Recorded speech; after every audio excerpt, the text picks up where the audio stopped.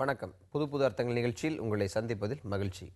இன்றைய நிகழ்ச்சியில் கலந்து கொள்வதற்காக பதிப்பாளர் பத்ரி சேஷாத்ரி அவர்களும் எழுத்தாளர் மனுஷபுத்திரன் அவர்களும் நம்ம அரங்கத்துக்கு வந்திருக்கிறார்கள்.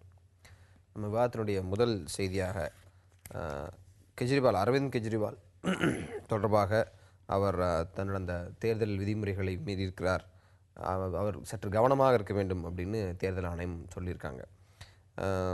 பல்வேறு விமர்சனங்கள், முதலமைச்சரான பிறகும் அவர் இன்னும் போராட்ட களத்தில் இருக்கிறார்னு பல்வேறு விமர்சனங்கள்லாம் வைக்கப்பட்ட நிலையில் தேர்தல் சமயத்தில் இது போன்ற ஒரு அறிவிப்பு தேர்தல் ஆணையத்திடம் வருவது, அதை நீங்கள் எப்படி பார்க்குறீங்க? இதில் ரெண்டு விஷயம் எனக்கு தெரியுது. ஒன்று தேர்தல் கமிஷன் அதிகபட்சமாக இந்த மாதிரியான கவனமாக இருக்க வேண்டும்னு விரும்ப ஒரு ஸ்கூல் டீச்சர் மிரட்டுற மாதிரி தான் மிரட்ட முடியும். அவங்கள்ட்ட இதில் மேற்கொண்டு ஒரு தீவிரமான ஒரு முடிவெடுக்கிறதுக்கான எந்த அதிகாரமும் அவங்களுக்கு இல்லை அப்படிங்கிற மாதிரி தெரியுது. ஒன்று. ரெண்டாவது, இவர் என்னவோ தனியாக ஸ்பெஷலாக ஏதோ அந்த மாடல் கோட் இருக்கிறப்ப கெட்ட காரியம் ஒன்று பண்ண மாதிரியான ஒன்று வரதே கொஞ்சம் ஆச்சரியமாக தான் இருக்குது. ஏன்னா எல்லாரும் ஒரு மதத்தின் பேரால் வாக்கு சேகரிக்கிறத ஏதோ ஒரு விதத்தில் செய்துக்கிட்டு இருக்காங்க. ஒருவேளை இவர் தனியாக அச்சடித்து கொடுத்த அந்த ஒரு ஷீட் ஆஃப் பேப்பர் தான் அதில் பிரச்சனை ஒன்று. ஏன்னா எல்லாருடைய தேர்தல் அறிக்கையிலையும் பார்த்தீங்கன்னா ஒரு குறிப்பிட்ட சமுதாயத்தை சொல்லி நான் உங்களுக்கு சில காரியங்களை செய்கிறேன் அப்படின்னு சொல்கிறது கொஞ்சம் ஒரு வாடிக்கையான ஒரு விஷயந்தான் இந்தியாவை பொறுத்த வரைக்கும். இப்போ இவரை ஏதோ ஒரு டெக்னிக்கல் ஃபால்ட் இவர் மேலே இருக்கிற மாதிரி தான் தெரியுது. இதெல்லாரும் சேர்ந்து உட்காந்து இது நிஜமாகவே இதெல்லாம் ஒரு இஷ்யூவா, இது மாதிரி இவருடைய அறிக்கை என்னங்கிறதையும் பார்த்தேன், அந்த விளக்கத்தையும் பார்த்தேன். அது ஒன்றும் ஒரு பெரிய தவறு மாதிரி எனக்கு தெரியல. மதத்தின் பெயரால் பிரச்சாரம் செய்வதோ இல்லை ஒரு குறிப்பிட்ட சலுகைகளின் அடிப்படையில் விமர்சன போக்கோடு பிரச்சாரம் செய்வது அப்படிங்கிறதெல்லாம் பொதுவாக எல்லா கட்சிகளும் செய்கிறது. இதில் தனியாக அரவிந்த் கெஜ்ரிவால் எந்த வயலேஷன் செஞ்ச மாதிரி தெரியலன்னு பத்ரி சொல்கிறார். அந்த அறிக்கை அப்படி தான் எடுத்துக்க முடியுமா? இல்லை, கிட்டத்தட்ட எனக்கு அதே கருத்து தான் அதில் இருக்குது. ஏன்னு கேட்டிங்கன்னா இதை குறித்து நம்ம வெளிப்படையாக பார்த்தா இன்றைக்கி நரேந்திர மோடியோ பிஜேபியோ ஒரு இந்து பெரும்பான்மை வாதம் அப்படிங்கிற ஒரு அடிப்படையில் தான் தங்களுடைய அரசியலை இன்றைக்கி கட்டமைக்கிறாங்க.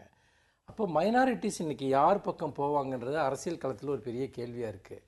அவங்களுக்கு பிஜேபி மேலே இருக்க மாதிரியே காங்கிரஸ் மீதும் ஏராளமான ஒரு அதிருப்தி இருக்குது. இந்த சமயத்தில் மைனாரிட்டி ரைட்ஸ் பற்றி இந்தியாவில் இதுக்கு முன்னாடி போடப்பட்ட சச்சார் கமிட்டியோ அல்லது அங்கராத் மிஸ்ரா கமிஷன் போன்ற இதெல்லாம் எதுவுமே அமுல்படுத்தப்படலை, அவங்களுக்குள்ள உரிமைகள், அவங்களுக்குள்ள நியாயங்கள் பற்றி. அப்போது அந்த அடிப்படையில் மைனாரிட்டிஸ்க்குள்ள நியாயமான உரிமைகளை பெற்றுத்தருவதற்கு ஆம் ஆத்மி போராடும் என்று சொல்வது என்பது ஒரு பொலிட்டிக்கலான ஒரு ஒரு விஷயந்தான். எப்படி இன்றைக்கி தலித்துகள்கிட்டையோ அல்லது மற்ற ஒடுக்கப்பட்ட மக்கள் சமூகத்திட்டையோ கேட்குற மாதிரியான ஒரு விஷயந்தான் இது. அதனால் இதுக்குள்ளே மத ரீதியான பிரச்சாரம் என்பதையும் இதையும் நான் பிரித்து பார்க்கணும். கம்யூனல் ஹார்மனியை குலைக்கும்படியான அவர் ஏதாவது ஒன்று பண்ணால் எலெக்ஷன் கமிஷன் கண்டிப்பாக இதை பண்ணணும். அவர் அப்படி ஒரு விஷயத்தை பண்ணலை. அதற்கு பதிலாக அவங்களுக்கு பார்த்தீங்கன்னா உங்களுக்கான ரைட்ஸை பெற்றுத்தர்றதுக்கு ஆம் ஆத்மி போராடுன்னு சொல்கிறாரு. இந்த தேர்தல் கமிஷன் கண்டிக்கிறதுக்கு என்ன இருக்குன்னு எனக்கு எல்லாமே ஒரு எல்லைக்குள் உட்பட்டு இருக்கும்போது தேர்தல் கமிஷன் இவரை கண்டிப்பதற்கு உள்நோக்கம் இருக்குன்னு நம்ம எடுத்துக்க முடியும். நான் அப்படி எடுத்துக்கல. தேர்தல் கமிஷன் உள்நோக்கத்தை பார்த்து செய்யக்கூடிய ஒரு அமைப்பு இல்லை. ஆனால் சட்ட விதிமுறைகள்லேயே சில சிறு குழப்பங்கள் இருக்குது. அதனால தான் அந்த மனுஷபுத்திரன் கிளியராக சொன்ன மாதிரி நீங்கள் தேர்தல் நடக்கிறப்ப தலித்துகளுக்கு ஒன்றை பெற்றுத்தருவோம் அப்படின்னா அது அந்த எந்த விதமான அந்த ஒரு குற்றம்ங்கிறதுக்குள்ளே வரல அது.